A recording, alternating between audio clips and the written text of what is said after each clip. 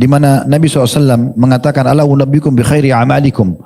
Mau enggak saya tunjukkan kepada kalian perbuatan kalian yang paling baik, paling sempurna, paling cepat mengangkat derajat kalian di surga, dan lebih baik daripada kalian berinfak dengan emas dan juga uang kertas. Bahkan lebih baik lagi daripada kalian pergi berperang, kalian menebas leher-leher musuh kalian atau kalian ditebas leher kalian. Maka kata para sahabat, qalu bala, tentu ya Rasulullah, siapa yang enggak mau ya? Amal apa ini mengalahkan semua itu? Lebih baik ya. Maka kata Nabi SAW, Allah berfirman, fadhkuruni azkurkum. Ingatlah, selalulah berzikir kepadaku, aku akan ingat kepada kalian. Washkuruli wala takfurun. Bersyukurlah kepadaku dan jangan kalian kufur. Di sini Allah suruh mengatakan berzikir, ingat Allah. Kemudian juga dalam Al-Ahzab surah nomor 33 ayat 41 Allah mengatakan, ya ayyuhalladzina amanu dzkurullaha dzikran katsira. Hai orang beriman, berzikirlah kepada Allah dengan zikir yang banyak. Juga dalam firman yang lain Allah Subhanahu wa taala memuji bagi laki-laki dan perempuan yang suka berzikir atau banyak berzikir. Dalam surah yang sama Al-Ahzab tapi ayat 35-nya Allah mengatakan wadz-dzakirina Allah katsiran wadz-dzakirat a'addallahu lahum maghfiratan wa ajran 'azima. Laki-laki dan perempuan yang banyak berzikir atau mengingat dan menyebut Allah, Allah telah menyediakan untuk mereka ampunan dan pahala yang besar. Cuma memang yang perlu kita garis bawahi teman-teman, ada adab dalam zikir ini ya. Adabnya, yang sedang kita panggil, yang sedang kita seru, Allah itu maha mendengar, maha melihat. Jangan teriak-teriak, jaga adabnya. Itu Allah yang berfirman, bukan saya. Sebutkan dalam surah Al-A'raf ayat 205. Ini dalil yang paling jelas menyuruh kita berzikir dengan santun, dengan sopan, dengan suara yang lembut. Jangan teriak-teriak, apalagi sampai mengganggu orang lain. Apalagi sampai ngarang-ngarang zikir, itu lebih jauh lagi. Zikir yang tidak pernah ada dalam Al-Quran ataupun dalam hadis Nabi SAW. Itu kan dikarang-karang sendiri. Allah berfirman dalam surah Al-Araf 205. Wadhkur rabbaka fi nafsika tadarruan wa khifatan. Lalu Allah bilang wadunal jahri minal qawli. Wadunal jahri minal qawli bil guri wal asari wa la takum minal ghafilin. Dan sebutlah nama Rabbmu dalam hatimu dengan merendahkan diri dan rasa takut. Dan tidak mengeraskan suara di waktu pagi dan petang. Dan jangan kamu termasuk orang-orang yang lalai. Dan Nabi Muhammad SAW pernah mengatakan kepada para sahabat, kalau kalian sedang menukik, bertakbirlah. Ya, kalau naik kuda waktu itu, menunggangi kuda atau unta, lagi pulang dari safar atau peperangan, biasanya lewat gurun pasir, ada menukik, ada turun. Ya. Nabi SAW mengatakan, kalau menukik, bertakbirlah. Kalau sedang turun, bertasbihlah. Allahu Akbar dan Subhanallah gitu ya. Kalau kita sekarang mungkin sama naik bus, misalnya ada tanjakan atau naik pegunungan lalu turun, atau pesawat, take off, landing ya. Itu kita kalau naik takbir, kalau turun kita bertasbih. Maka ada sahabat praktekin ini sambil teriak. Waktu kudanya lagi menukik naik, dia bilang Allahu Akbar, teriak dengan suara keras. Didengar oleh Nabi SAW, Nabi suruh panggil. Lalu kata Nabi SAW, mengatakan pada orang tersebut, kecilkan suaramu. Karena zat yang sedang kau seru tidak tuli. Allah SWT dengar, untuk apa teriak-teriak? Ya. Juga terjadi di Khaybar. Waktu muslimin melihat benteng Khaybar, sebelum tiba di Khaybar, Nabi SAW sudah bilang, Allah menjanjikan aku akan menang. Kita akan taklukkan Khaybar. Khaybar ini teman-teman waktu itu 9 benteng Yahudi semuanya kuat-kuat. Satu benteng itu ada minimal 1000 orang prajurit. Dan di satu benteng itu seperti satu kota sendiri. Ada sumur, ada pasar, ada peternakan, ada rumah-rumah. Ini kalau takluk berarti jadi harta rampasan muslimin. Dan Nabi sudah bilang, kita ke Khaybar kita akan menang. Di sana ada 9 benteng, berarti ada 9.000 lebih pasukan. Gitu ya. Maka pada saat itu pasukan pilihannya ya. Pada saat itu jumlah umat Islam cuma 1.400 orang. Tapi Nabi bilang kita akan menang. Apa yang terjadi? Waktu Nabi lihat, waktu sahabat lihat benteng Khaybar, mereka semua takbir, Allahu Akbar, Allah teriak-teriak. Nabi tegur, ini di medan perang loh ya. Mereka teriak, Nabi bilang, jangan keraskan suara kalian. Karena yang kalian sedang seru, Tuhan yang tidak tuli. Oke, takbir Allah, tapi jangan berlebihan. Gitu kan? Apalagi sampai mengganggu orang lain, apalagi ya sampai keluar daripada koridor syar'i karena berzikir dengan yang tidak sama sekali ada syariatnya gitu ya. Lalu Nabi SAW mengatakan, jangan kalian berharap bertemu musuh. Berharap kalau kalian mau serang musuh, mereka takut, mereka pergi. Tapi kalau kalian bertemu, kokohkanlah kaki kalian. Jangan pengecut, hadapi sampai mati syahid atau menang. Nah, gitu loh. Kita tutup dengan hadis Nabi SAW. Kata Nabi SAW, "Mathalul ladzi yadhkur rabbahu wal ladzi la yadhkur rabbahu mathalul hayyi wal mayyit." Perumpamaan orang yang berzikir kepada Tuhannya dan dibandingkan dengan orang yang tidak berzikir. Ada dua hadis saya sampaikan, ini sama yang setelahnya ya. Dibandingkan dengan perumpamaan orang yang berzikir dan orang yang tidak berzikir ya adalah seperti orang yang hidup dan orang yang mati. Dalam riwayat lain, rumah yang ada zikir dan tidak zikir seperti rumah orang mati dan rumah orang hidup. Seperti orang-orang hidup yang bisa bergerak, ngobrol, ada kehidupan, dan kuburan yang tidak ada kehidupan sama sekali. Berarti memang kita harus berzikir. Dan saya, teman-teman sekalian, terus terang setelah baca kisah Nabi Idris SAW, dan ini bukan aib untuk menyampaikannya, karena kita juga baru mengetahui. Saya baru tahu dari kisah Nabi Idris setelah saya baca, ternyata memang zikrullah itu bagusnya tidak berhenti.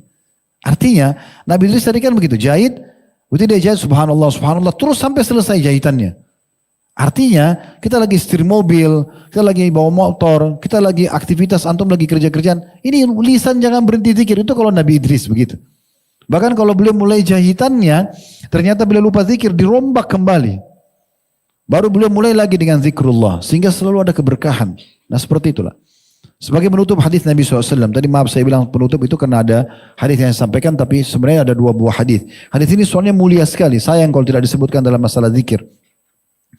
Hadis ini teman-teman sekalian, di mana Nabi SAW mengatakan, "Ala unabbiukum bi khairi amalikum."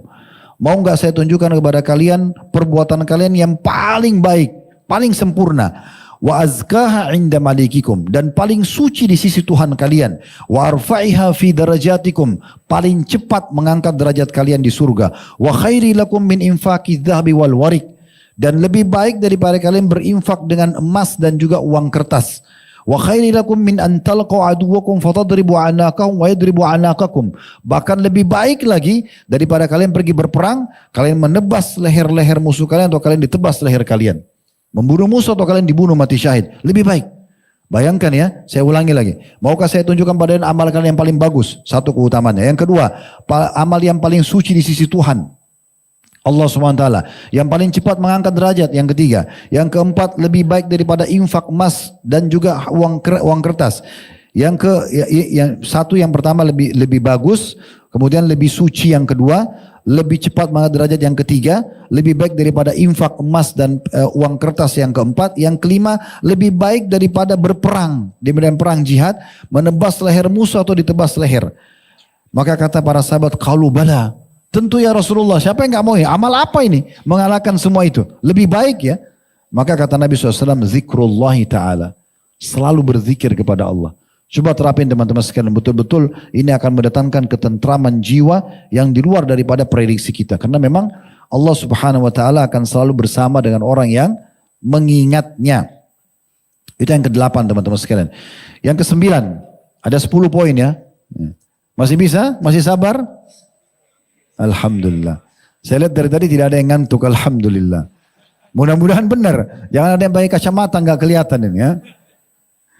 Baik, yang ke-9, bagaimana kita bisa meraih cinta manusia atau meraih hati mereka? Kita memang teman-teman sekalian hidup dalam kehidupan kita ini adalah makhluk sosial. Kita berinteraksi sama orang. Tentu kita tidak bisa meraih hati semua orang, tapi ada dalam syariat metode di mana kita bisa meraih hati manusia. Tentu tidak semuanya. Nabi Muhammad SAW dicintai oleh orang beriman, tapi dibenci oleh orang munafik. Kita tidak bicara orang munafik atau orang yang benci terhadap kebenaran. Tapi bagaimana orang-orang yang benar itu mencintai kita, itu wajar. Gitu. Yang pertama teman-teman sekalian, kiat yang terbaik adalah bagaimana kita meraih dulu cintanya Allah. Cinta Allah Subhanahu wa taala ini kita bisa raih tentunya dengan menerima apapun yang Allah perintahkan dan meninggalkan apa yang Allah larang. Nah seperti itulah. Kalau kita tanamkan itu teman-teman sekalian, kita kejar semua, mana yang wajib, mana yang sunnah, keutamanya apa, lalu kita berlomba-lomba kerjakan, lalu kita meninggalkan larangan Allah, haram ataupun makruh, itu akan mendatangkan cinta Allah Subhanahu wa taala.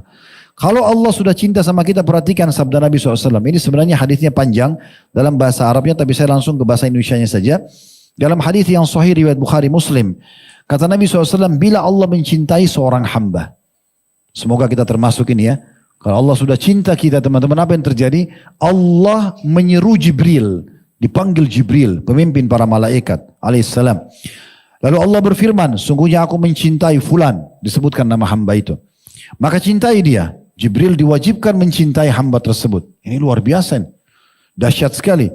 Maka Jibril pun spontan mencintainya. Lalu Jibril menyeru kepada seluruh penduduk langit. Semua malaikat, semua bintang-bintang, apapun makhluk sana yang kita tidak tahu pun, jumlahnya berapa miliar, triliunan kita nggak tahu. Jibril menyeru, Allah mencintai fulan, cintailah dia. Maka seluruh penghuni langit mencintainya. Lalu kemudian, ya, hal yang sama diserukan kepada penduduk bumi. Dalam riwayat lain dikatakan, lalu Allah membuat orang tersebut diterima dan dicintai di muka bumi. Tentu saya bilang tadi batasannya mencintai dia adalah orang-orang yang juga dekat dengan Allah SWT. Orang yang suka dengan kebaikan, maka suka sama dia. Tapi orang munafik, orang kafir mungkin tidak suka sama dia. Ya, tetapi bukan mustahil, tentu ada saja orang munafik, orang yang kafir ini suka sama orang-orang beriman. Tetapi umumnya orang beriman akan suka dengan dia. Rasa suka itu muncul walaupun mungkin kita bukan kerabat kita, karena memang Allah mencintai dia. Ini satu poin yang luar biasa teman-teman sekalian. Yang kedua, cara kiatnya untuk supaya bisa meraih hati manusia. Pertama, cinta Allah.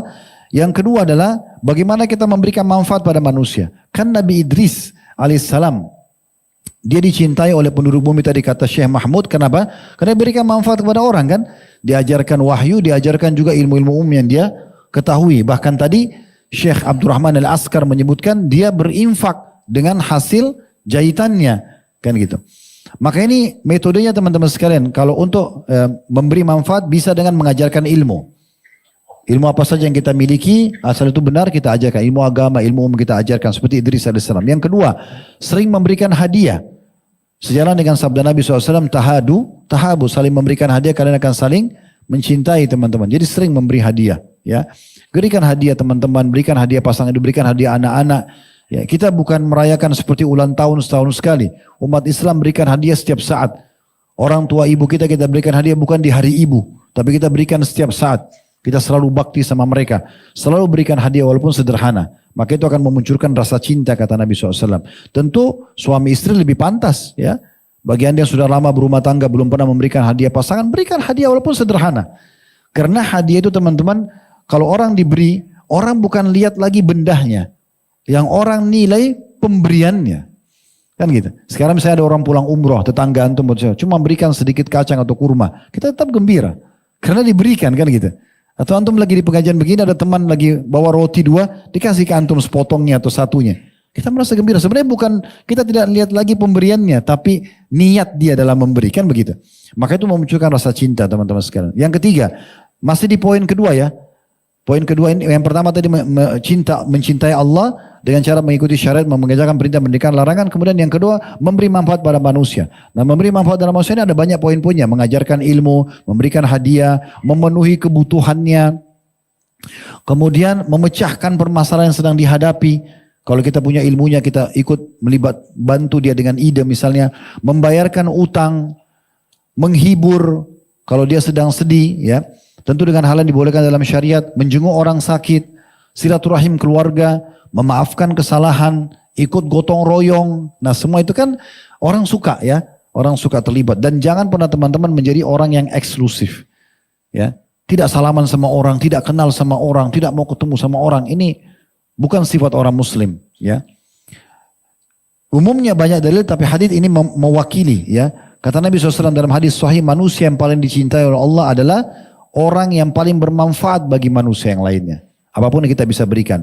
Dan amalan yang paling dicintai Allah adalah kegembiraan yang engkau masukkan dalam hati seorang muslim. Senyum dengan dia, salaman, tanya kabarnya, kasih hadiah, dahulukan dia jalan. Semua ini amal yang paling Allah cintai. Besar sekali pahalanya. Jadi bukan desak-desakan duluan, sikut-sikutan kalau mau naik bus, mau naik lift. Dahulukan orang, tidak apa-apa. Tidak masalah. Orang mau lewat, silakan orang lewat. Tidak apa-apa. Setelah itu kita lewat. Ini semua pahala teman-teman sekalian. Saya orang yang kata Nabi SAW, manusia yang paling dicintai Allah adalah yang paling bermanfaat bagi manusia. Dan amalan yang paling dicintai Allah adalah kegembiraan yang dimasukkan, yang engkau masukkan dalam hati seorang muslim atau mukmin. Atau engkau menghilangkan satu kesusahannya. Ini pilihannya ya. Kita masukkan kegembiraan dalam hatinya atau kita hilangkan kesusahannya. Atau engkau membayarkan hutangnya, atau engkau hilangkan kelaparannya. Dan kata Nabi SAW, aku berjalan bersama saudaraku muslim untuk memenuhi satu hajatnya saja. Itu lebih aku cintai daripada beriktikaf di masjid ini, maksudnya Masjid Nabawi, selama sebulan lamanya. Dan siapa yang menahan amarahnya, padahal ia bisa melampiaskannya, maka Allah akan penuhi ya hatinya dengan keridhaan di hari kiamat. Dia bisa emosi, tapi dia tidak lampiaskan. Justru itu Allah akan penuhi nanti di hari kiamat, ya hidupnya dengan keridhaan. Kalau Allah sudah ridho itu berarti Allah kasih balasan maksimal. Dan barang siapa yang berjalan bersama saudaranya sampai yang memenuhi kebutuhannya, maka Allah akan mengokohkan kedua kakinya di hari ketika banyak kaki-kaki terpeleset ke api neraka. Diriwayatkan oleh Tabarani dan disahihkan oleh Syekh Albani.